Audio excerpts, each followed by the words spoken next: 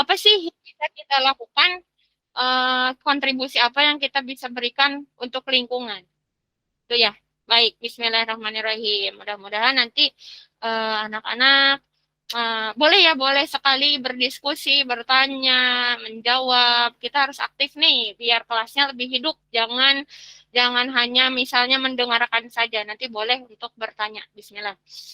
Hari ini kita membahas tentang berbagai sumber energi. Yang baru bergabung silakan berdoa terlebih dahulu. Namun sebelumnya Bu Ayu ingatkan kembali eh, apa ilmu itu bisa diperoleh kalau kita memperhatikan adabnya. Kita memperhatikan adab, kita berusaha untuk apa tadi? Ibaratnya itu gelas kosong, kita kosongkan dulu agar ilmu yang bisa kita terima masuk semua ke gelasnya. Gitu ya. Jadi eh, istilahnya itu kita harus berendah hati gitu. Nggak boleh ada perasaan puas terhadap ilmu yang sudah kita miliki. Kenapa? Karena biasanya kalau orang yang cepat puas, jadinya dia eh, terbatas untuk mau mengambil informasi lagi tambahan dari luar. Itu ya, jadi seorang penuntut ilmu itu dia harus ini ingin terus belajar. Oke, bahasanya seru hari ini tentang sumber-sumber energi. Baik, sebelumnya Bu Ayu ini ngambil beberapa sumber dari sumber modul kalian, juga dari beberapa sumber lain ya. Baik, sumber energi nih. Sumber energi adalah segala sesuatu yang menghasilkan energi. Oke, segala sesuatu yang menghasilkan energi. Mudah-mudahan terlihat jelas di layarnya ya. Sumber energi adalah segala sesuatu yang menghasilkan energi. Panas matahari yang digunakan untuk memanaskan air, biasanya nih kalau kita, Bu Ayu dulu waktu masih kecil itu sering juga eh, sengaja simpan ember di luar. Jadi waktu itu sempat tinggal ada di dekat apa ya? Kalau kita bilang itu kolam, tapi bukan kolam renang ya. Kolamnya itu kolam ikan, tapi luas sekali dan biasanya juga bisa digunakan untuk mencuci. Nah, kadang nih, kadang menyimpan air di ember sengaja di luar biar terik. Nah, baru deh nanti airnya itu entah digunakan untuk cuci kaki misalnya atau cuci apa gitu. Jadi anget kan eh, apa namanya?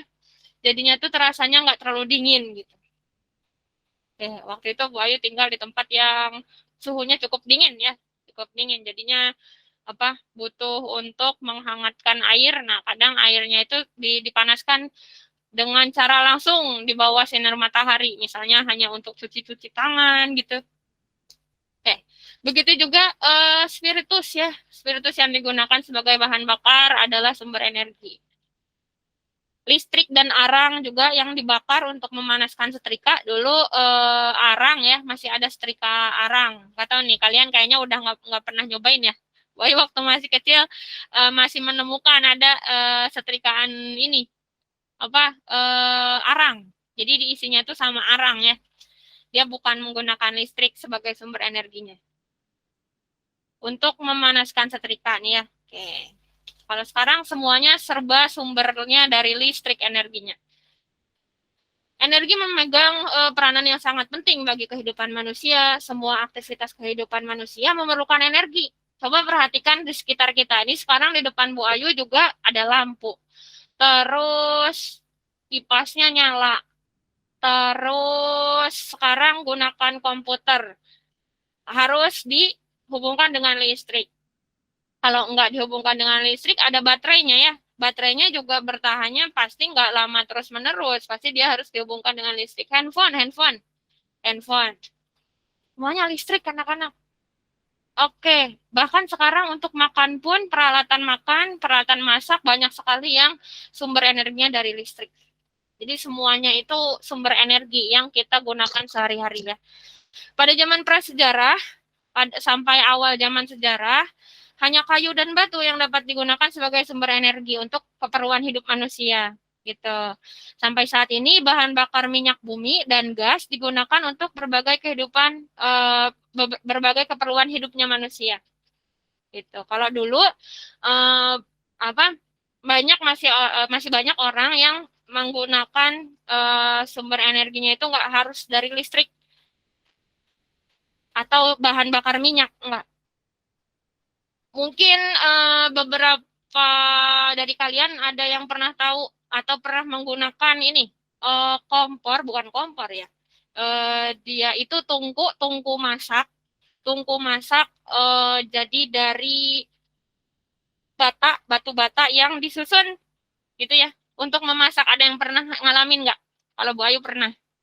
Pernah? Pernah, Bu. Pernah. Siapa tuh? Oh, Aisyah, bener Aisyah. Siapa lagi? Oke, biasanya kalau kalau simbahnya Bu Ayu sampai sekarang itu masih ada pakai tungku. Walaupun masih ada walaupun sudah gunakan kompor gas juga. Sekarang di rumah-rumah pasti pakainya kompor gas ya. Kalau zaman Bu Ayu seusia kalian lah, waktu itu masih mungkin tahun-tahun akhir menggunakan minyak tanah untuk memasak. Kalian udah pernah belum? Belum pernah ya? Belum pernah. Jadi waktu itu, oh ada yang pernah ngalamin. Siapa? Oh pernah nyoba barangkali ya, beberapa kali aja. Tapi sekarang udah sangat langka. Oh gadis. Oke. Siapa? Oh Aisyah. Pernah ngalamin ya? Pernah lihat nggak ada kompor? Kompornya itu isinya diisinya itu minyak gitu ya, sama sumbu. Nanti jadi harus diinikan pakai korek dulu baru nyala gitu. Kadang sih sekarang masih ada katanya kalau digunakan untuk misalnya di luar ruangan gitu ya. Tapi sekarang kebanyakan orang pakai gas semua ya. Pakai gas semua. Sip. Oke. Nah, ini Bu Ayu ambil dari dokumennya Kemdikbud. Kalau di buku kalian nggak berwarna ya, nggak berwarna. Oke, nanti boleh lah ini Bu Ayu bagikan ininya PDF-nya kalau perlu ya. Ini Bu Ayu ambil dari dokumentasinya Kemdikbud. Kalau di buku kalian itu grayscale semua, jadi warnanya hitam putih. Nah, gini, kita bisa lihat dari grafik ini mana bagian yang masih paling banyak sebarannya. Ini komposisi sumber energi yang digunakan oleh berbagai aktivitasnya manusia. Kalau kita perhatikan, yang paling banyak itu masih apa nih? Yang warna kuningnya ini ya, ini minyak. Oke, minyak bumi. Oke, terus yang oranye tua, gas bumi. Dan ini nih, kalau kita perhatikan yang besar juga kebutuhannya, pasokannya adalah batu bara. Wahyu pekan lalu sempat cerita sedikit, batu bara itu adalah sumber dari pembuatan listrik gitu. Jadi prosesnya listrik bisa dihasilkan itu dari batu bara. Batu baranya diapain Bu? Oh, panjang ceritanya ya, Sip, nanti mudah-mudahan sempet nih, bisa nggak ya memuterin video, kita lihat. Terus ini Bu Ayu juga kalian untuk kita ini sebagai seorang kalian masih muda-muda ya, Masya Allah, masih muda-muda, untuk senang baca. Dan kalau menggunakan sosial media terutama, kita harus memperhatikan sumber datanya valid atau tidak gitu ya. Kita perlu untuk cari tahu lebih dalam agar tidak mudah termakan isu hoax misalnya. Makanya untuk hal-hal seperti ini Bu Ayu gunakan dari beberapa sumber yang memang insya Allah valid. Contohnya ini kita mau bahas tentang existing. Existing itu keberadaan atau kondisi energinya Indonesia nih pasca pandemi COVID. Sekarang COVID kalau bisa dibilang gimana ya, sudah berakhir total belum Bu Ayu? Allah Ta'ala a'lam ya, karena sekarang pun masih ada beberapa kasus gitu yang terdengar di sekitar Bu Ayu sendiri nih. Masih ada teman-temannya Bu Ayu, rekan kerjanya Bu Ayu yang masih terkena COVID. Jadi belum sepenuhnya hilang ya, belum sepenuhnya hilang. Nah, namun dampaknya itu ternyata besar sekali. Siapa nih tadi yang mau tanya kayaknya? Siapa nih? Oh, Gadis ya. Silakan Gadis. Mau tanya boleh? Bu, Ana minta izin pergi ke kamar mandi. Oh iya boleh, silakan nggak apa-apa. Yang mau ke kamar mandi dulu boleh ya? Nggak apa-apa. Oke, nah kalau kita lihat nih, ini Bu Ayu ngambilnya dari Kementerian ESDM ya. Jadi kalau kalian mau cari tahu, ini ada websitenya Kementerian ESDM.go.id, itu artinya website pemerintah kita. Nah, ini adalah kondisi energi di Indonesia saat ini pasca pandemi COVID. Nah, bauran energinya itu kalau kita lihat seperti ini anak-anak, bisa dipersentasekan. Nah, 38%-nya masih ini terbaru ya, ini lebih baru daripada yang ini tadi. Oke. Ini lebih baru nih. Batu baranya sekitar 38%. Terus 11%-nya itu yang hijau, EBT. EBT apa, Bu? Oke. EBT itu energi baru dan terbarukan, kita akan bahas. Lalu yang 32%-nya masih dari minyak bumi. Kalau 19%-nya dari gas bumi. Ah, ternyata memang benar ya, batu bara itu sama minyak bumi, eh, bauran energi itu maksudnya penggunaannya itu ya, itu masih lebih besar daripada yang lain. Sedangkan yang kita harapkan itu yang hijau sebenarnya anak-anak. Kenapa? Karena ini yang lebih ramah lingkungan. Kalau kita bisa mengelola dengan baik, maka insya Allah yang hijau ini akan lebih baik kita pilih. Gitu. Kedepannya tuh bagus. Nggak terlalu banyak bikin polusi. Polusi pasti jelas ada ya. Tapi nggak terlalu banyak separah tadi batu bara atau gas minyak minyak bumi. Ya, kita lihat lagi sekarang. Nah, ini tadi. Ketergantungan energi fosil masih tinggi minyak bumi ya. Minyak bumi. Apa coba contohnya? Contohnya bahan bakar kendaraan bermotor, bahan bakar kendaraan tadi bermotor, terus pesawat. Pesawat ya. Oke. Terus apa lagi? Banyak sekali turunan-turunannya dari minyak bumi. Banyak banget. Terus di luar pandemi COVID, ini bisa bahan bacaan juga ya. Sekarang juga keadaan cadangan operasional untuk BBM itu sekarang menipis sehingga gitu ya, sehingga harga BBM-nya jadi naik gitu ya. Oke, mungkin kalau kalian dengar orang-orang dewasa pada bicara, wah BBM naik, BBM naik. Pengaruhnya sangat banyak, termasuk kepada tadi. eh, Jadinya kan kalau BBM naik, gimana? Hmm, Pengeluaran untuk membeli bahan bakar untuk kendaraan itu makin besar gitu. Itu ya, ini cerita sedikit. Jadi ternyata kita ini masih sangat tergantung pada batu bara dan minyak bumi gitu ya, ketimbang tadi yang warna hijau.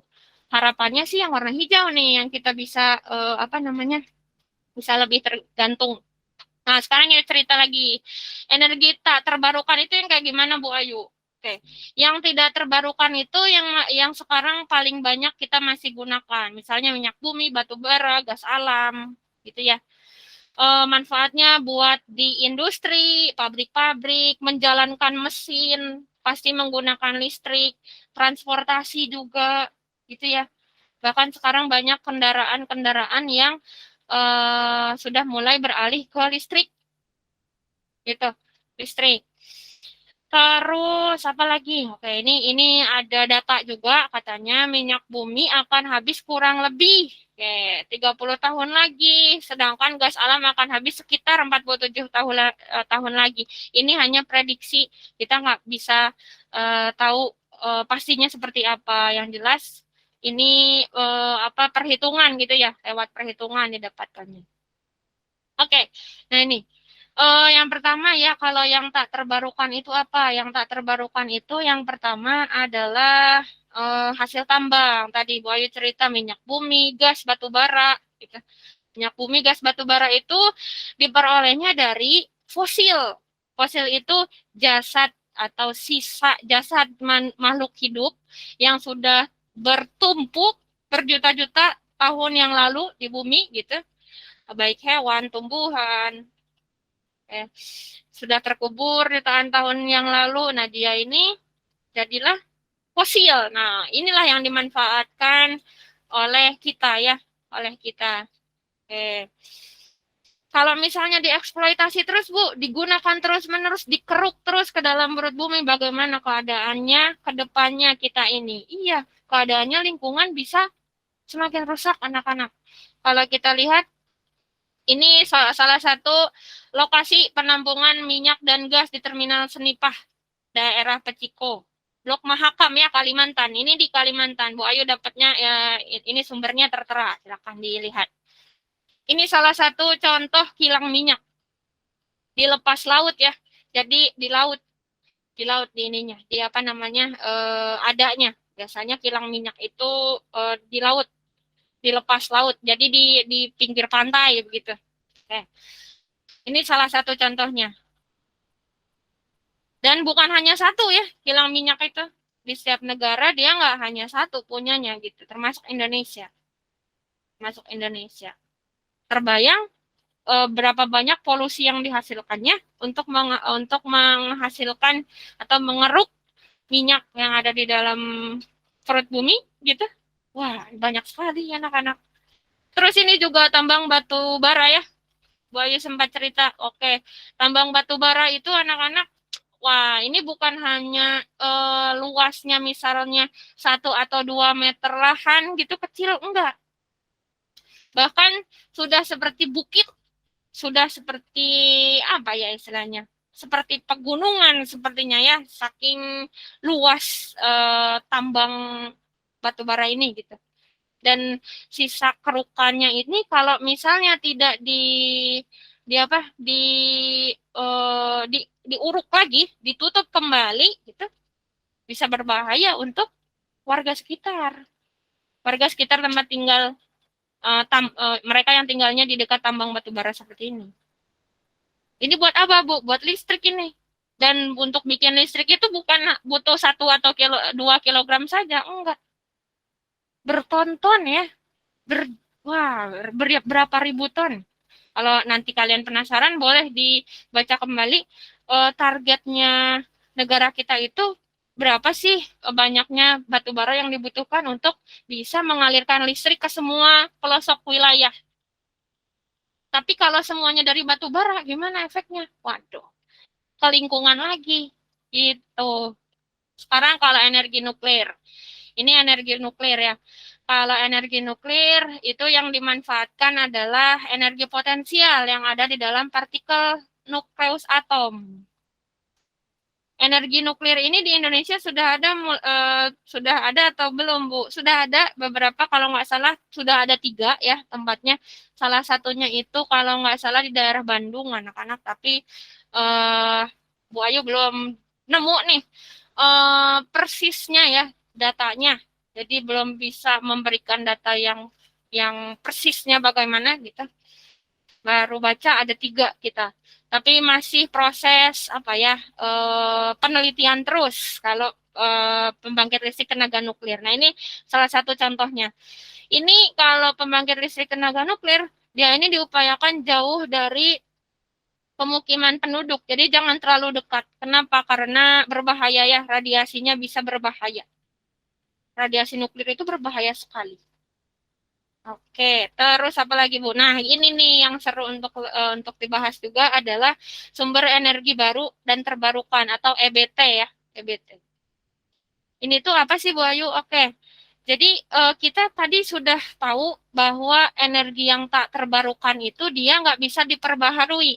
Suatu hari dia akan habis, benar-benar habis.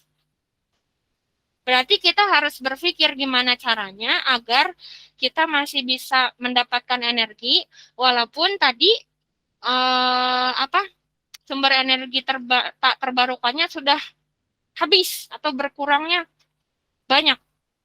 Bagaimana itu, Bu? Makanya banyak sekali sekarang entah itu organisasi atau bagian-bagian elemen masyarakat seperti kita ini yang mereka sudah melakukan inovasi kecil-kecilan dari rumah dulu sampai ke lebih tinggi gitu ya untuk memikirkan kira-kira gimana nih aku mulai beralih ke yang lain gitu. Nggak selalu melulu membutuhkan sumber energinya itu dari yang tak terbarukan tadi, karena efeknya ke lingkungan banyak gitu ya, dan suatu hari dia juga akan habis gitu. Nah, makanya banyak nih yang mulai memikirkan tentang EBT. Dia memanfaatkan misalnya biogas dari kotoran ternak, terus misalnya air, matahari juga gitu ya. Oke. Contohnya ini energi matahari. Kalau energi matahari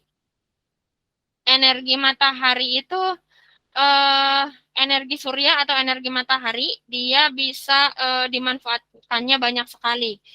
Contohnya adalah panel surya. Oke, panel surya. Ada mungkin barangkali yang di rumahnya sudah mulai gunakan panel surya? Ada nggak di sini?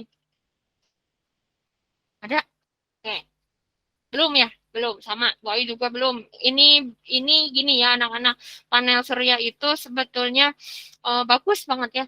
Cuma untuk sekarang memang jauh harganya masih lebih tinggi daripada tadi sumber energi listrik yang kita gunakan dari batu bara tadi ya. PLN itu dari batu bara anak-anak. Kalau panel surya kita bisa apa namanya terpisah dari aliran listrik AC di rumah kita ini. Gitu. Energi surya ya. Bisa digunakannya macam-macam nih untuk memenuhi kebutuhan energi listrik di rumah kita gitu, untuk peralatan-peralatan tertentu. Nah, ini dia contohnya ya. Contohnya jadi panel suryanya itu dipasang di rumah biasanya di atap. Kenapa? Karena tujuannya untuk menangkap gitu ya sinar matahari. Sinar matahari itu ditangkap, energinya disimpan, lalu nanti bisa dialirkan gitu ya. Jadi ada panelnya nih, ada panelnya. Itu. Jadi kita nggak terlalu apa namanya bergantung pada tadi sumber listrik yang berasal dari batu bara. Terus yang kedua misalnya pembangkit listrik tenaga air ya. Pembangkit listrik tenaga air atau disebutnya hidroelektrik. Nah, ini. Jadi dia itu ada generatornya. Sebenarnya si airnya itu bukan berarti diubah jadi listrik ya, bukan. Jadi kalau kalian pernah lihat si alatnya itu dia punya seperti kincir, disebutnya turbin ya, turbin. Nah, jadi si kincirnya ini, turbinnya ini muter terus. Karena dia mutar, maka dia menghasilkan, oh, kalau gerak, masih ingat nggak? Kalau energi gerak itu disebutnya apa? Dia masih ingat? Kinetik. Nah, kinetik, benar. Kinetik ya. Jadi energi kinetiknya inilah yang dimanfaatkan. Kincirnya, turbinnya tadi muter terus karena aliran air ya. Makanya aliran airnya itu harus deras.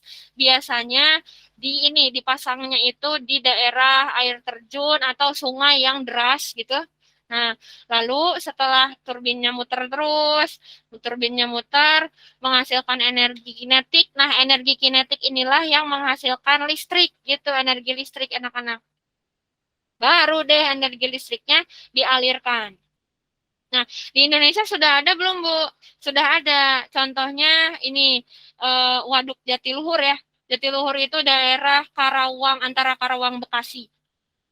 Nih, kalau kita lihat, perhatikan nih, ini tuh jalan ya, jalan yang dilalui oleh oleh manusia, oleh kita gitu. Tapi luas sekali daerah PLTA-nya. Iya, karena dia butuh aliran air yang deras gitu, dan sekitarnya pun ini nggak terlalu banyak pemukiman penduduk karena ya berbahaya juga ya kalau terlalu dekat gitu. Nah, ini contohnya ya di Indonesia. Banyak nggak Bu di Indonesia? Banyak. Ini skala besar anak-anak, ini skala besar. Kalau skala kecilnya gimana Bu? Banyak juga kalau kita cari tahu itu ya, desa-desa yang sudah mulai dia ini membangun sendiri PLTA untuk desanya, paling enggak untuk desanya sendiri gitu. Nah, ada juga yang membuat untuk rumahnya sendiri gitu alirannya. Oke. Jadi skalanya masih yang kecil-kecil sudah ada. Bagus sekali, tapi memang betul butuh aliran air yang deras ya. Sekarang yang berikutnya energi angin. Kalau energi angin itu kita gunakannya kincir ya, kincir angin seperti ini. Oke, nah ini energi angin. Ada yang tahu negara yang terkenal sebagai negara ini kincir angin? Belanda. Belanda. Belanda. Iya. Salah satunya Belanda ya. Belanda ini sudah menerapkan konsep EBT tadi. Dia menggunakannya kincir angin dan kincir anginnya itu besar sekali kalau kita lihat ini di bawahnya itu bangunan ya. Atasnya kincir angin. Jadi bukan kincir angin kecil gitu ya. Memang besar sekali gitu. Dan biasanya harus diperhatikan pula masalah ininya, masalah eh, apa tentang ekologinya, tentang lingkungannya. Karena kalau energi angin seperti ini pasti mengeluarkan suara bising, makanya biasanya pemukiman penduduk itu jauh dari sumber energi seperti ini, kincir angin terutama. Eh, ada juga yang masangnya itu di laut, anak-anak di lepas pantai. Kenapa? Biar nggak terlalu bising ke telinganya masyarakat. Itu biasanya ya dipilih daerahnya. Oke. Terus yang ini energi tidal. Kalau energi tidal itu memanfaatkan pasang surutnya air laut. Beberapa waktu lalu kita belajar tentang ini ya, air laut, angin laut dan angin darat. Jadi arah anginnya yang dimanfaatkan. Ternyata bermanfaat loh, Masya Allah. Ini energi tidal disebutnya ya. Kalau energi tidal gimana Bu Ayu? Ada teknologinya. Jadi seperti ini. Nah, ini dia. Jadi ada alatnya. Alatnya ini dipasang di laut gitu, di laut. Yang dimanfaatkan ini ada turbinnya sebenarnya di bawahnya nih kalau kalian bisa lihatnya lebih jelas. Ada turbin. Si turbinnya itu mirip seperti turbin pada PLTA, digerakannya oleh apa? Kalau PLTA kan aliran air ya. Kalau ini angin dan aliran si air laut gitu. Jadi muter turbinnya. Nanti turbinnya muter, dia akan menghasilkan energi kinetik. Nah, energi kinetiknya yang dimanfaatkan jadi energi listrik. Itu deh. Itu ya. Kalau di Indonesia baru ada proyeknya saja anak-anak. Proyek kecil. Jadi eh, belum belum jadi benar-benar gitu. Ya, kita doakan mudah-mudahan bisa jadi salah satu pengganti energi yang tak terbarukan tadi gitu. Karena Indonesia potensinya luas banget, banyak sekali. Lautnya luas, coba. Ya kan, lautnya luas. Sebenarnya kalau bisa dimanfaatkan mudah-mudahan ini bisa jadi energi alternatif ke depannya nih. Kita jadi nggak terlalu bergantung pada energi listrik yang tadi ya dari batu bara. Ini energi tidal ya. Energi tidal ini sebenarnya udah sejak lama diinikannya, di apa namanya, dicanangkannya gitu. Ini seru deh kalau baca ini sumbernya dari listrikindonesia.com. Nah ini tip gitu. Apalagi, nah ini biofuel ya, biofuel. Kalau biofuel itu diambilnya dari ini, dari biomasa ya, biomass dari tumbuhan atau hewan. Contohnya ini metana dari kotorannya sapi atau dari apa lagi? Dari lemak hewani atau pernah lihat nggak kalian atau pernah baca gitu kotoran sapi dimanfaatkan untuk diambil ininya gasnya. Pernah nggak? Sekilas Pernah mungkin dengar, Bu. pernah dengar Ya, ya. Bu. Oke. Sekilas mungkin itu menjijikan sepertinya ya, tapi ternyata manfaatnya banyak banget. Jadi kotoran maaf ya, kotoran sapi, pokoknya kotoran hewan ternak, termasuk sebetulnya kotoran manusia itu nanti akan menghasilkan gas metan, gitu ya, gas metan. Kenapa Bu? Lewat proses pembusukan, gitu ya. Karena kan sisa makanan itu nanti dibuat busuk oleh bakteri dalam perut kita, terus dikeluarkan. Nah, sisanya tadi yang tidak berguna itu bisa menghasilkan gas metan. Nah, gas metan itulah yang dimanfaatkan anak-anak. Tapi kalau manusia tidak ya, tidak dijadikan proyek, nggak dong, nggak ini ya nggak lazim. Kita juga mau menggunakannya pasti mikir 2 kali, ya kan? Nah, yang sekarang sudah mulai mulai diinikan itu di banyak diteliti gitu, banyak diteliti, mulai digunakan juga itu untuk proyeknya dari misalnya kotoran sapi, pastinya yang harus yang halal juga ya. Masa kita gunakannya dari yang haram, hewannya pasti yang halal diupayakan pasti. Nah, itu sapi terutama ya, sapi. Kalau kambing kan volumenya nggak besar, nggak banyak. Jadi biasanya yang digunakan itu sapi, kerbau gitu, biofuel. Biasanya ini mahasiswa-mahasiswa terutama di bidang peternakan mereka masih melakukan penelitian ini. Keren sih, Masya Allah.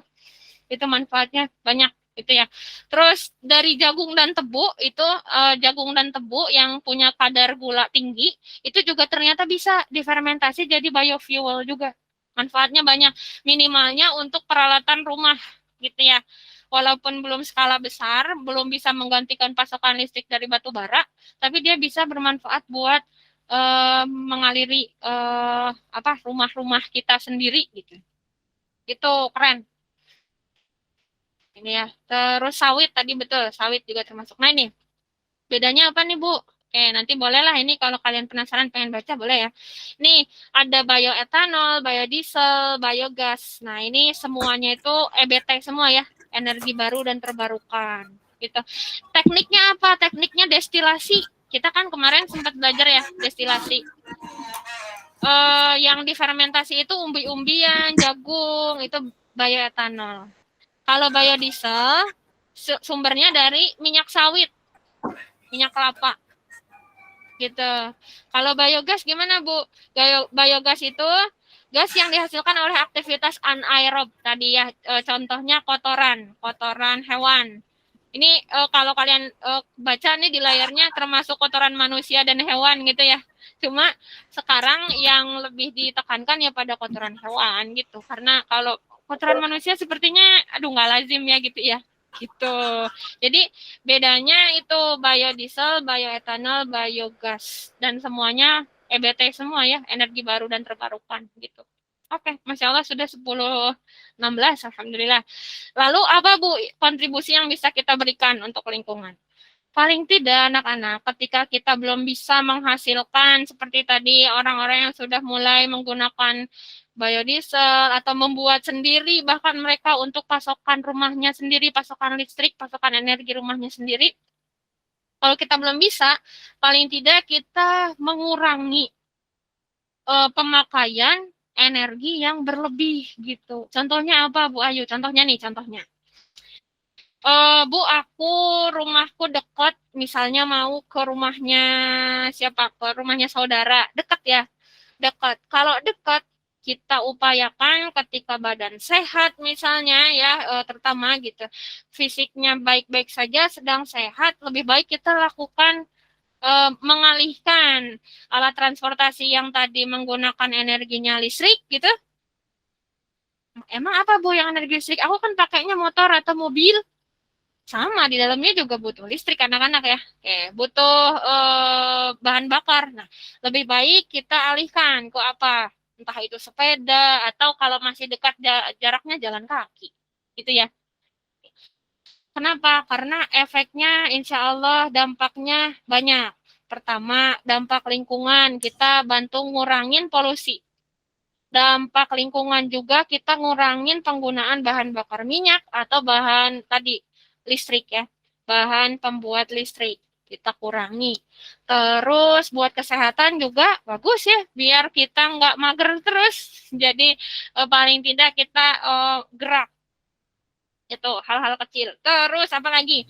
Kalau sedang tidak menggunakan alat-alat elektronik, upayakan untuk tidak tidak dinyalakan, matikan saja gitu. Karena bisa jadi kalau kipas angin selalu nyala, dia juga bahayanya adalah bisa terjadi konsleting listrik ya, nyala terus tapi tidak digunakan, tidak dihentikan nonstop, itu bahaya juga. Gitu. Isu-isu lingkungan itu ada di sekitar kita ya. Jadi paling enggak kita apa namanya? Kita harus peka nih, kita peka apa ya yang terjadi di sekitar kita nih. Gitu. Isu lingkungan banyak sekali. Paling tidak kalau kita saat ini belum bisa berkontribusi lebih, kita tadi mencegah saja gitu ya. Mencegah. Oke, sip. Alhamdulillah hari ini kita udah selesai belajarnya. Barangkali ada yang mau tanya dulu atau punya tanggapan lain.